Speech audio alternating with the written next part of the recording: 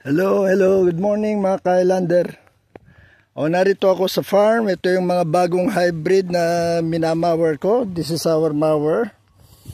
Minamower ako.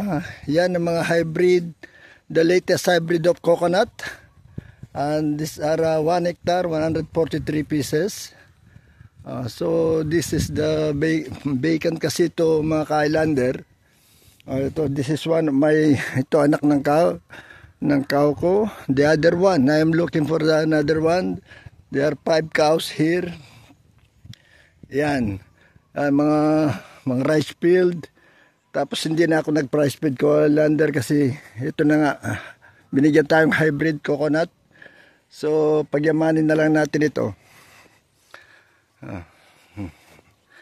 Okay, this is the pathway of the inside the farm.